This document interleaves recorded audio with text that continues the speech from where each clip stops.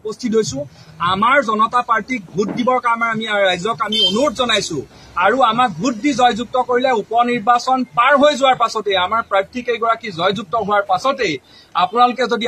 আলু আৰু পিয়াজৰ ছবিত ভোট দি আমাক জয়যুক্ত কৰে তেতিয়াহ'লে আপোনালোকৰ ঘৰে ঘৰে যাৰ ঘৰত এতিয়ালৈকে স্মাৰ্ট মিটাৰ নাম নাই তেওঁলোকৰ ঘৰতো আমি স্মাৰ্ট মিটাৰ লগাই দিম আৰু আলু পিয়াজৰ দাম আজি আপোনালোকে 70 টকাত খাই আছে নহয় জানো আলু পিয়াজৰ দাম আমি ঘৰে ঘৰে যাতে 100 টকাকৈ খাব পাৰে তাৰ নিশ্চিতি প্ৰদান কৰিম আৰু আমাৰ যিমান থলুৱা মানুহ আছে সেই থলুৱা সকলো মানুহক আমি উচ্ছেদ কৰি হলেও আমি 9000 বিঘা আমি আদানি দিম আৰু চৰকাৰী স্কুল যিমান আছে আমাৰ দুখীয়া মানুহবিলাক পঢ়াৰ কাৰণে চৰকাৰী স্কুল যিমানখিনি আছে এফালৰ পৰা বন্ধ কৰি আপোনালোকক আমি বান্দিয়া ইণ্টাৰনেশ্যনেল স্কুল যিখন আছে তেনেকুৱা ইণ্টাৰনেশ্যনেল স্কুল আমি পাতিম তাত আপোনালোকৰ ল'ৰা ছোৱালীবিলাকে পঢ়িব আৰু যদি পঢ়িব নোৱাৰে তেতিয়াহ'লে আমি কাঞ্চনজুৰি চাহ বাগিচাত আমি নিজৰ আমাৰ ৰিজৰ্ট আছে দেই আমি কানি গ্ৰীণ ৰিজৰ্ট বুলি এখন আছে আমাৰ মাটিখাইটি গোসানীয়ে তাত কানি গ্ৰীণ ৰিজৰ্ট বুলি এখন পাতিছে তাত আপোনালোকৰ ল'ৰা ছোৱালীবিলাকে ৱেটাৰৰ কাম কৰিব কিবা কৰিব ঢেৰ চাকৰি পাব আপোনালোকে এয়া আমি নিশ্চিত ফাইনেল গতিকে থৈলাত কোৱাটো একে ফাইনেল গতিকে সকলো মানুহে থৈলাত শুব লাগিব এতিয়া দুয়োজনে শুই আছে গতিকে সকলো মানুহে আৰু আমাৰ দলটো জিকিলেই থৈলাত শুব লাগিব এতিয়া পোনপ্ৰথম হ'ল আপোনালোকক এইখিনি গোটেইখিনি আমি কৈছো আপোনালোকক আমাৰ দলটোৰ বিষয়ে জনাইছো আমাৰ জনতা পাৰ্টিৰ বিষয়ে সকলো জানিব লাগে কিন্তু আপোনালোকে নিশ্চয়কৈ জানে যে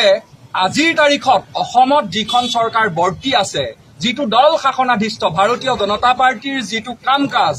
তেওঁলোকে মাত্ৰ আৰু মাত্ৰ খিলঞ্জীয়া আৰু হিন্দু এই শব্দ দুটাক লৈ পেলাই তেওঁলোকে বেহা বেপাৰ চলাই আছে আৰু এই শব্দ দুটাৰ তেওঁলোকৰ তেতিয়াই প্ৰয়োজন হয় যেতিয়া নিৰ্বাচন সন্মুখীন সমাগত হয় কিন্তু এইবাৰ আমি দেখিবলৈ পাইছো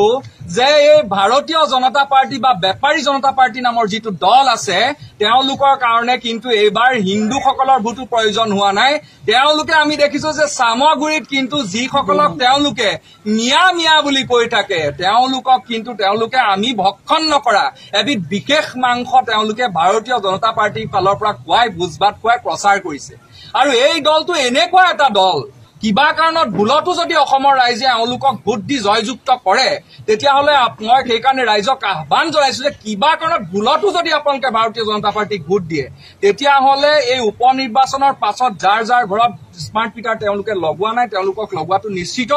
আৰু সেই স্মাৰ্ট মিটাৰ লগাই তেওঁলোকে স্মাৰ্ট ডকাইতি কৰিব আৰু ইপিনে আপোনালোকে নিশ্চয়কৈ দেখিব পাৰিছে যে ইতিহাসত নোহোৱা দাম হৈছে আলু পিয়াজৰ 70-80 টকা এইটো সিজনত কেতিয়াও 70-80 টকা আলু পিয়াজৰ দাম নাছিল আৰু তেওঁলোকে আমাক ধৰ্মৰ নিচা খুৱাই অন্ধ কৰি পেলাই এনেকৈ আমাক আচলতে লুটি আছে এফালৰ পৰা আজি ভাৰতবৰ্ষত এইটো পৰ্যায় পাইছেগে যে মোদীয়ে কৈছিলে ডিজিটেল স্মাৰ্ট মিটাৰ এই ডিজিটেল ইণ্ডিয়াৰ কথা কৈছিলে সেই ডিজিটেল ইণ্ডিয়া এতিয়া এইটো পৰ্যায় পাইছেগে যে আলু আৰু পিয়াজ এতিয়া এমাজনত বিক্ৰী হয় মানুহে মানে ডিজিটেলি আলু পিয়াজ কিনিব লাগিব সেইটোৱে মোদীৰ ডিজিটেল ইণ্ডিয়া গতিকে সেই ডিজিটেল ইণ্ডিয়াটোৱে আমাৰ মাননীয় মুখ্যমন্ত্ৰী হিমন্ত বিশ্ব শৰ্মাই ইয়াত আচলতে পাতিব খুজিছে গতিকে মই সমূহ ৰাইজক অনুৰোধ জনাইছো যে ভুলতো যদি কিবা কাৰণত এই দলটোক যদি কিবা কাৰণত ভোট দিয়ে তেতিয়াহ'লে সৰ্বনাশ হ'ব যে এইটো খাটাং আৰু ইতিমধ্যে আপোনালোকে সকলোৱে জানে যে অসমৰ সকলো চৰকাৰী স্কুল এফালৰ পৰা বন্ধ কৰি পেলাই তেওঁলোকে সম্পূৰ্ণ ব্যক্তিগতকৰণৰ ওপৰত গুৰুত্ব দিছে ব্যক্তিগত বিদ্যালয় এফালৰ পৰা শ্ৰীবৃদ্ধি হোৱাত সহায় কৰিছে আৰু এইজনে হয়তো অসমৰ আটাইতকৈ কালান্তক মুখ্যমন্ত্ৰী যিজনে এফালৰ পৰা চৰকাৰী স্কুল বন্ধ কৰি তেওঁৰ ঘৈণীয়েকৰ নামত তেওঁৰ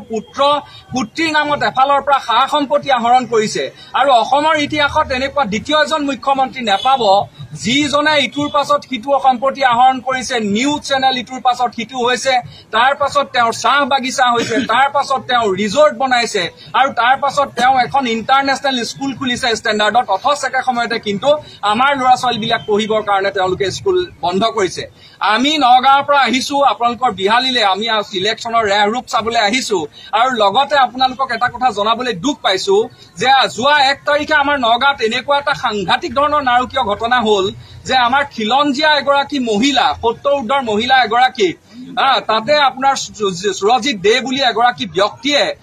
ঘৰত গৈ পেলাই মাৰপিট কৰি ঠেং ভৰি ভাঙি দিলে অথচ এই খিলঞ্জীয়া কোৱা চৰকাৰখনে কিন্তু এই খিলঞ্জীয়াসকলক ক'তো সুৰক্ষিত কৰিব পৰা নাই তেওঁলোকে কিন্তু ওলোটাই সেই যিজন ব্যক্তি আছে যিজন ব্যক্তি আজিৰ তাৰিখত কিন্তু তেওঁ প্ৰকৃতাৰ্থত মানে ভাৰতবৰ্ষৰ নাগৰিক হয় নে নহয় সেইটোও খাটাং নহয়, তেনেকুৱা এজন সন্দেহজনক ব্যক্তিক তেওঁলোকে সুৰক্ষা দিছে। আৰু এই ধৰণৰ যিবিলাক ব্যৱস্থা, এই ধৰণৰ ব্যৱস্থাই আচলতে